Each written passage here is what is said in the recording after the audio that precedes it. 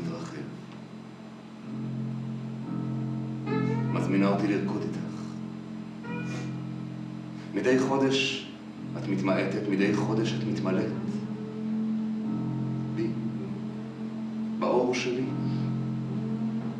באורי את מאירה, ואני זוכה להציץ דרכך אל תוך הלילה.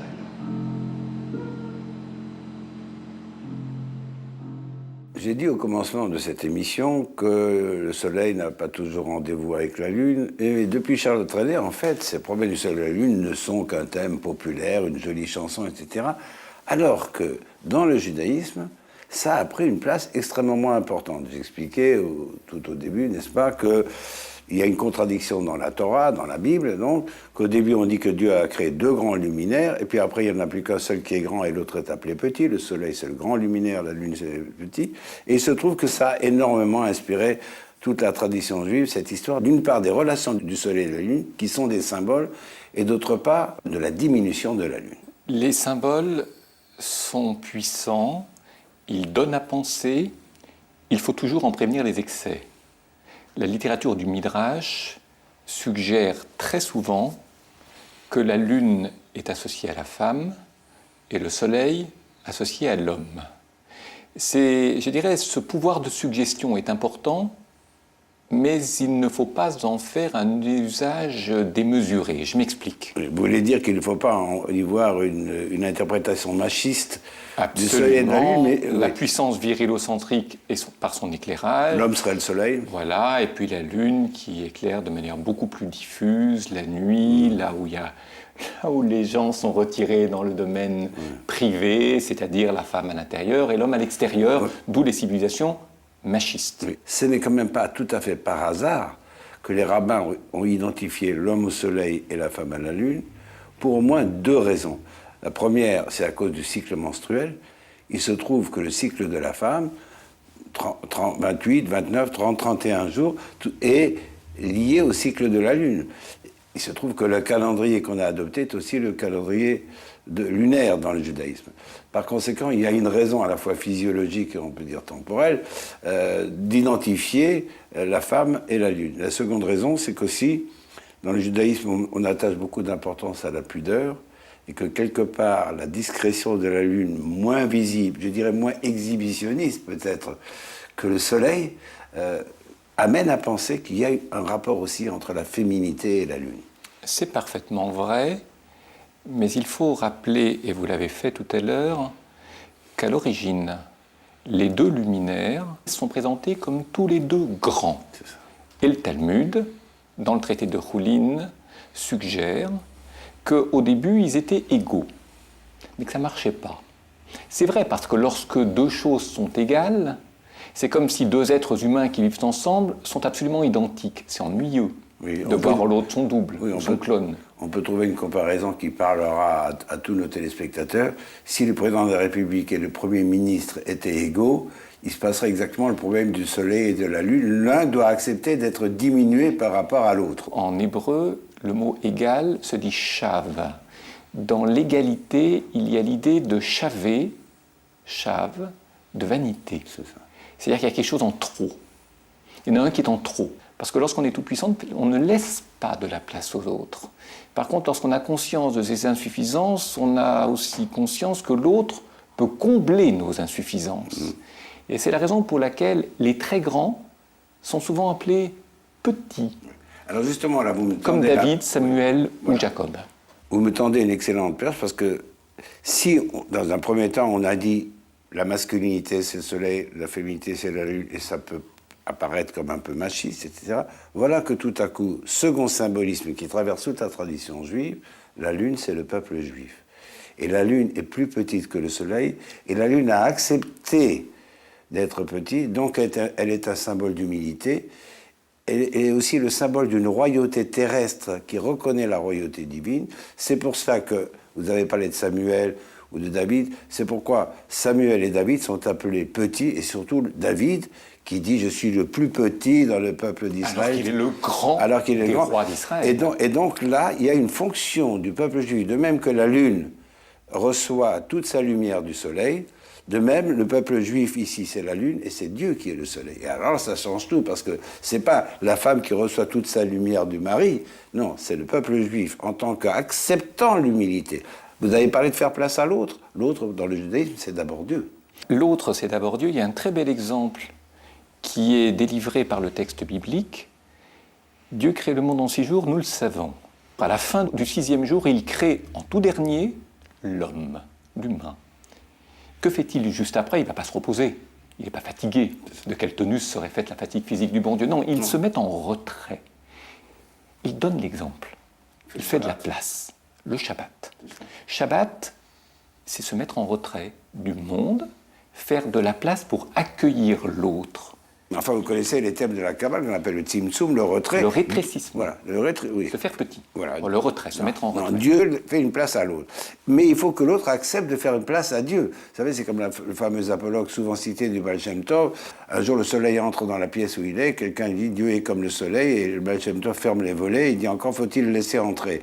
De même qu'il y a chez la femme, dans la féminité, ce côté de capacité d'accueil de l'homme, de recevoir le corps de l'homme dans son corps, de même il y a dans le peuple juif, ou en tout cas dans tous ceux qui croient en un Dieu un, la capacité de s'ouvrir à Dieu et de se faire tout petit par rapport à la toute-puissance divine. Dans l'image que vous avez relevée, celle de l'homme et de la femme, vous l'avez dit, la femme accueille l'homme dans son corps, mais ce n'est pas le seul usage qui peut être fait de l'idée ou de l'image de l'accueil.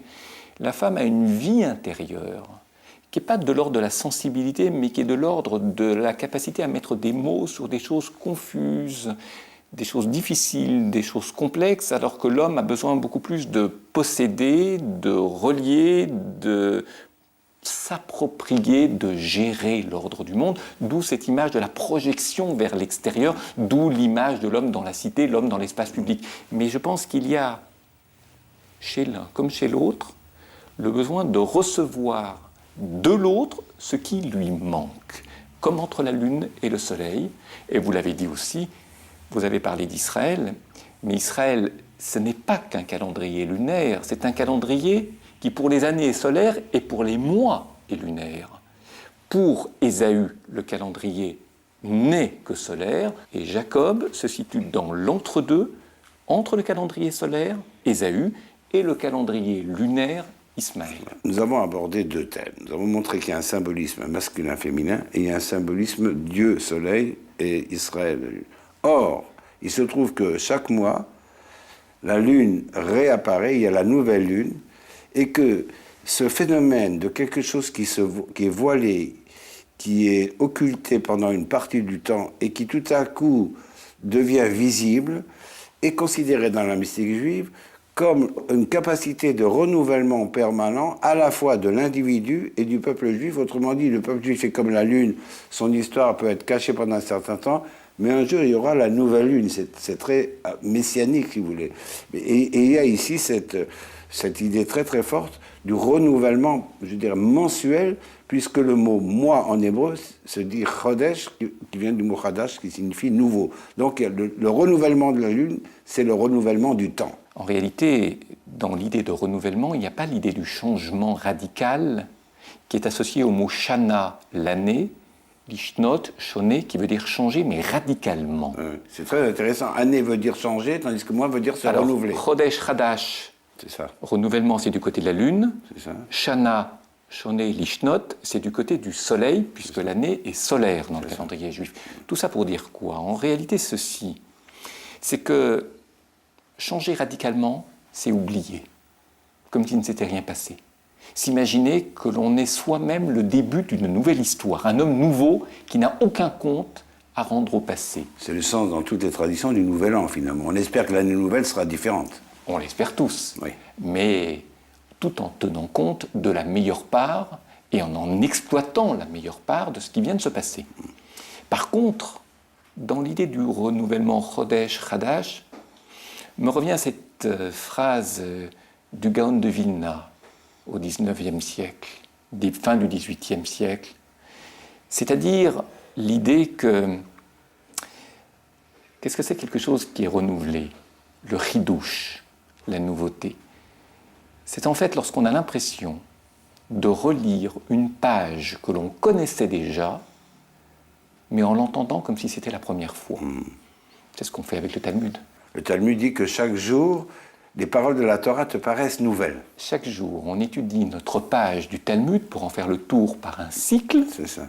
Et en réalité, on relit les mêmes textes et on n'y entend pas la même chose. C'est ça l'extraordinaire, plurisémie, nouveauté, modernité du texte talmudique. Est-ce que c'est pas la plus belle chose qui puisse vous arriver Ça, dans la vie que de faire tout le temps les mêmes choses, car la vie est faite de répétitions, tout en ayant le sentiment de la nouveauté. C'est vrai pour le travail comme pour une relation amoureuse. J'allais le dire, une belle relation conjugale, c'est pouvoir retomber amoureux de la même femme. C'est ça. Et pas être obligé d'en changer pour redécouvrir le sentiment de l'amour. Et alors, il faut dire que tout ce thème, tel qu'il a été évoqué dans cette pièce, tout ce thème s'achève quand même quelque part dans la tradition juive, en tout cas en apothéose, puisque les prophètes ont dit qu'il arrivera un jour où la lumière de la lune sera exactement la même que celle du soleil. Moi, j'ai toujours compris ça de la manière suivante, à savoir que dans le monde, il y a le jour et la nuit. Et quand on dit c'est le jour et la nuit, ça veut vraiment dire qu'il y a des moments de lumière et des moments d'ombre. Et peut-être que tout ce problème de la diminution de la lune, c'est simplement un symbolisme du fait que le mal, l'absence de lumière, donc l'absence de lucidité, l'absence de bien existe dans le monde. Chaque nuit, c'est comme si le bien disparaissait, nous ne voyons plus clair.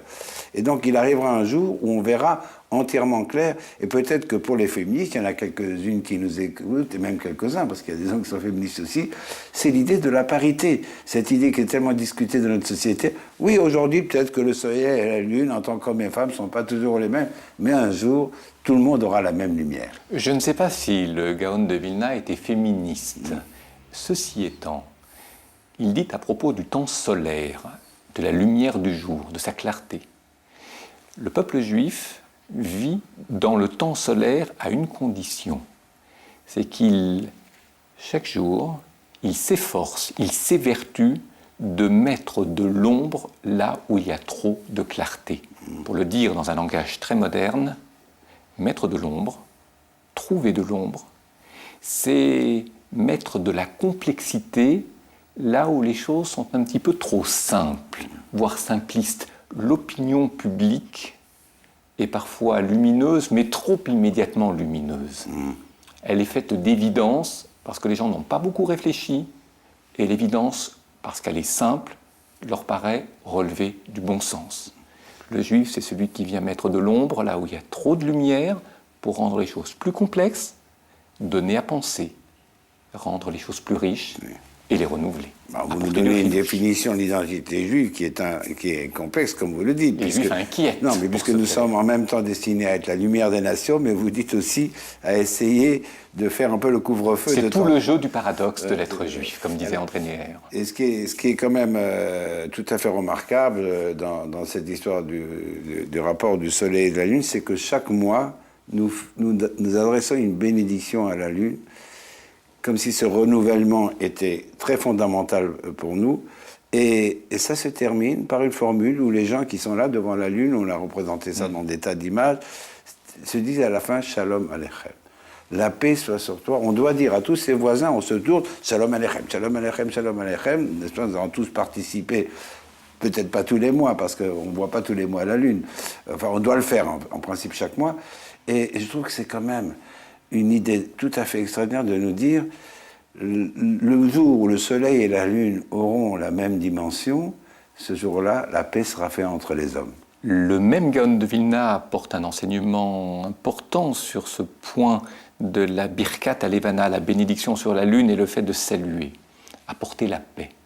Apporter la paix, c'est restaurer la confiance là où peut-être elle a été perdue. C'est un petit peu comme si on cherchait à se faire pardonner de quelque chose, comme si les choses n'étaient peut-être pas aussi simples qu'on le croit, peut-être que j'ai fait du mal à l'autre, ou que je l'ai vexé, et donc que la paix soit sur toi. Je lui donne la main aussi, comme si je voulais montrer en lui donnant la main qu'il n'y a pas d'arme dans ma main, que mes intentions sont droites. C'est important parce qu'en réalité, à l'occasion du Rosh Chodesh, à l'époque du Temple, il fallait apporter un korban, une offrande pour Rosh Chodesh, pour ce déficit de puissance et donc d'importance qui avait été obligatoirement provoqué au niveau de la lune par rapport à la puissance du soleil. Et le Talmud est très audacieux, il dit que c'est Dieu qui dit « J'ai quelque chose à me faire pardonner, apportez chaque mois un sacrifice au temple pour me faire pardonner de ne pas avoir pu établir entre le jour et la nuit la parité. » Donc on fait l'éloge de la faiblesse ou de la précarité, mais en même temps on sait très bien qu'il y a des gens qui l'exploitent, la faiblesse de l'autre. On doit serrer la main, dire que la paix soit sur toi pour bien montrer que l'on n'est pas dupe, que celui qui apparaît comme le plus fort n'est pas nécessairement le plus puissant, et celui qui s'est un petit peu mis en retraite, donc affaibli, n'est pas pour autant moins digne de considération. C'est aussi cela la bénédiction pour la lune. Quand on croit qu'il est loin, il est là tout près de nous. Il voyage, il voyage, il voyage, puis il part, il revient, il s'en va n'importe où. Cherchez-le, il est un peu partout. Le soleil a rendez-vous avec la lune, mais la lune n'est pas là et le soleil attend. Ici pas souvent chacun pour sa chacune, chacun doit en faire autant. La lune est là, la lune est là, la lune est là, la lune est là, la lune est là, mais le soleil ne la voit pas. Pour la trouver, il faut la nuit, mais le soleil ne le sait pas et toujours lui. Le soleil a rendez-vous avec la lune, mais la lune n'est pas là et le soleil attend. Papa dit qu'il l'a vu ça lui, papa dit qu'il l'a vu ça lui.